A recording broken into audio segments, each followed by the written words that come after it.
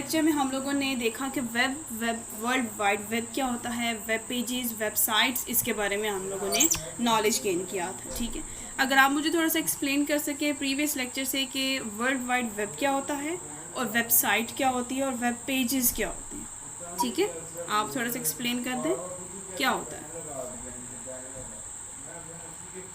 World wide web एक system होता है जिसमें डिफरेंट कंटेंट्स इंटरलिंक्ड होते हैं। ठीक है, तो वेबसाइट क्या होती है? वेबसाइट वो एक स्पेसिफिक कंटेंट होता है। ठीक है, और वेब पेज?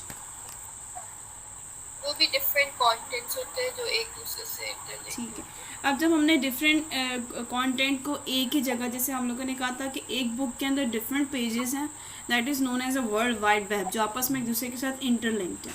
अगर एक बुक के अंदर सिंगल एक ही पेज जिस पे सारी कहानी ख़त्म हो गई है, that will be a website. Okay, अब उसमें एक टॉपिक आ गया है तो वो एक वेब पेज हो जाएगा।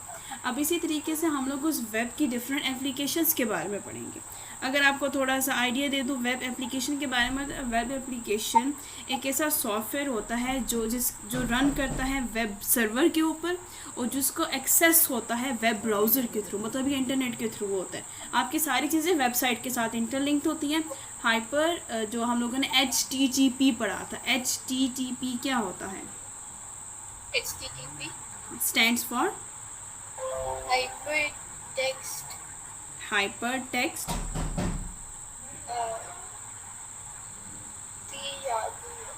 HTML था ना, HTML वो हाइपर टेक्स्ट मार्कअप लैंग्वेज थी हमारे पास। HTTP मैंने आपको बताया था, ये भी हमारा हाइपर टेक्स्ट जो होता है हाइपर टेक्स्ट ट्रांसफ़र प्रोटोकॉल होता है, जिसमें हम आपके साथ एक वेब पेज की वेबसाइट का एक लिंक बनता है और हर एक लिंक का डोमेन एड्रेस डिफरेंट होता है।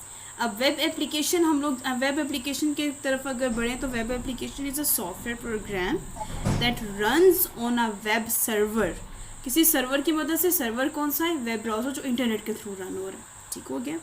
It allows user to interact with over the internet.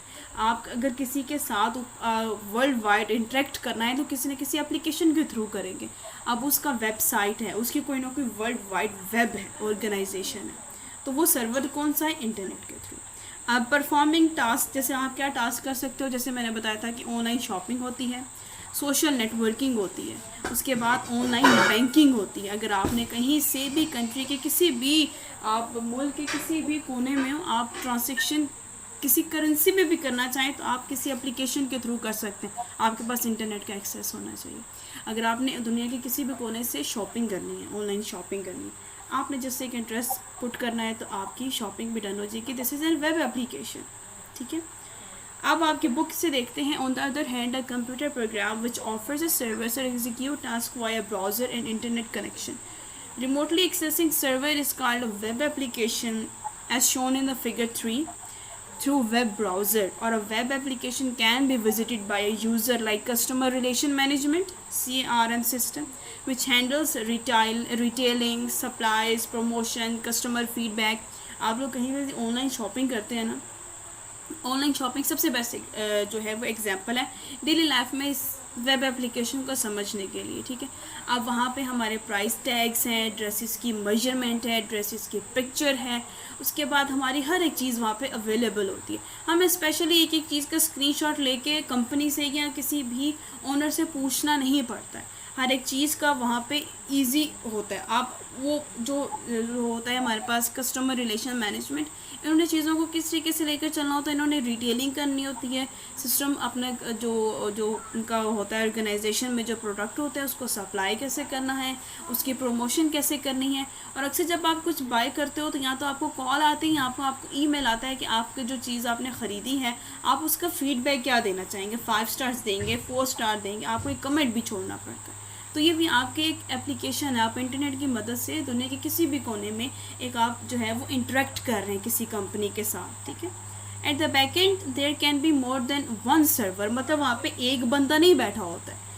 अगर हम लोग किसी भी स्पेसिफिक ऑर्गेनाइजेशन की बात करें, कॉल सेंटर की बात करते हैं, जो ये day night shift call centre होती है, कॉल सेंटर में स्पेसिफिक जॉब्स क्या होती हैं कि या तो आपने बाहर की कंट्री में किसी को ऊबर प्रोवाइड करनी होती है, या फिर आपने उनके साथ कम्युनिकेशन करनी थी। यहाँ पे ऐसे फारिग लोग बैठे हैं तो जिन्होंने बस गप्पे मारनी होती हैं, तो वो आप इंटरेक्ट कर रहे हैं। अब वहाँ पे एक सर्वर नहीं बैठा हुआ, वहाँ पे बेशुमार से सर्वर होते हैं, वेब ब्राउज़र के थ्रू, इंटरनेट के थ्रू एक दूसरे के साथ एक्सेस कर रहे होते हैं, ठीक है। For each type of task or a single server handling all the requests and managing it accordingly while keeping the front end updated। मतलब इसके दो रुख होते हैं, एक फ्रंट होता है, फ्रंट पे आपको हर एक चीज़ कितनी नेचुरल, क्लियर और परफेक्ट होती है, उसके पीछे कितने लोगों की मेहनत होती है, तो वो बैक एंड होता है उसका, ठीक है। It all depends on the architecture which is being deployed to facilitate the front end and the transparent to a normal user। तो वो पीछे आर्किटेक्चर का डिज़ाइन होता है, उसका सारी चीज़ उस पर डिपेंडेड होती है कि किस तरीके से उसने हर एक चीज़ को मेंटेन किया हुआ है और फ्रंट एंड को इतना प्रेजेंटेबल बनाया हुआ, ठीक है। अब हम इसके बारे में, ये जो आपकी बुक में ऑलरेडी लिखा हुआ है, एक थोड़ा सा हैंड रिटन नोट मैं इसका लिखवा देती हूँ आपको, ठीक है।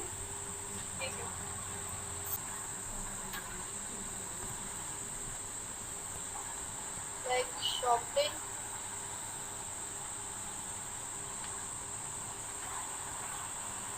सोशल नेटवर्किंग और online banking. Okay, good. So now move to the next topic, 3.1.3 website development. Okay, so we got the information and the knowledge about the website, web page. What if we have to develop a website? अगर हमें एक website की development कैसे होती है, उसको तो run करना हमने वो देख लिया, उसके साथ इंटरेक्ट करना भी हमने देख लिया। अब वेबसाइट के डेवलपमेंट का क्या प्रोसेस होता है? Basically website development is the process of creating and maintaining the website, कि एक वेबसाइट को क्रिएट कैसे किया जाता है, अगर आपने उसको क्रिएट कर लिया है तब उसको मेंटेन कैसे करके रखना है। It involves task like web designing, coding, content creation and the configuring hosting services. कोई भी वेबसाइट अगर बनती है ना, उसको डेवलप किया जाता है। फॉर एग्जांपल अगर किसी ने भी किसी पेज बनाया है, किसी ने ऑर्गेनाइजेशन बनाई है, तो उसने अपना एक वेबसाइट का लिंक बनाना है। उस लिंक पर जब लोग विज़िट करेंगे तो उसकी एक पूरी ऑर्गेनाइजेशन होगी, उसकी एक बड़ी आर्किटेक्चर का डिज़ाइन होगा, उसको लोग विज़िट किया करेंगे, उसके कस्टमर उसके क्लाइंट बनेंगे।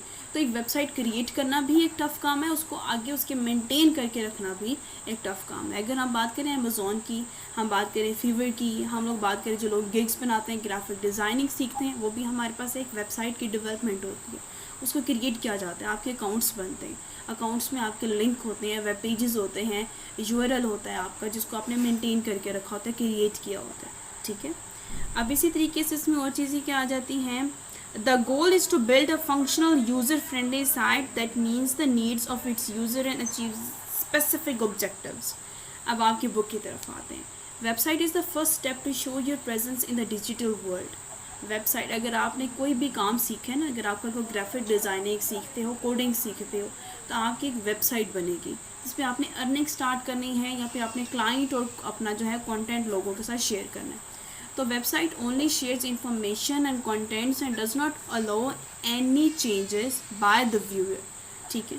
अब आपकी वेबसाइट क्या शेयर करती है लोगों के साथ, उसमें आपने क्या डिस्प्ले किया होगा, अपने इन्फॉर्मेशन या आपका कोई भी कंटेंट आपने डिस्प्ले किया होगा। And does not allow any changes by the viewer, वो जो चेंज उसके अंदर होता है वो सिर्फ उसका क्रिएटर कर सकता है, जो देखने वाला उसके अंदर कोई भी चेंज नहीं कर सकता। अब website can have a single और मल्टीपल पेजेस लिंक्ड टुगेदर। अब आप देखते हो ना कि अब तो व्हाट्सएप पे भी ऐसा ऑप्शन आ गया, अगर आपने इंस्टा बनाई है, इंस्टा आपने यूज़र नेम से बनाई है, उसी ईमेल पे आप 10 अकाउंट बना सकते हो और हर एक अकाउंट का अपना प्रोफाइल लिंक होगा। अब आप फेसबुक के 1000 पेजेस बन सकते हैं, अकाउंट्स बन सकते हैं।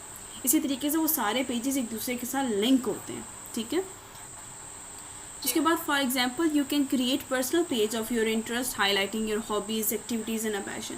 हम FB की बात करें तो FB में हमारे पास ऐसे पेजेस होते हैं इसमें आप अपने, जैसे कि व्लॉगिंग की बात करते हैं, ये जो लोग ब्लॉग्स बनाते हैं, ब्लॉगिंग और vlogging both are the different things. Vlogging में लोग अपना जो है वो डिफरेंट कल्चर, अपना माहौल वगैरह सारा कुछ अपनी पर्सनल लाइफ शेयर करते हैं, और जो ब्लॉग है वो एक डिफरेंट चीज़ चली जाती है, जो आपके ब्यूटी, कॉस्मेटिक्स, ये आपके जो है वो इन्फ्लुएंसर जिस पे काम करते हैं, ठीक है।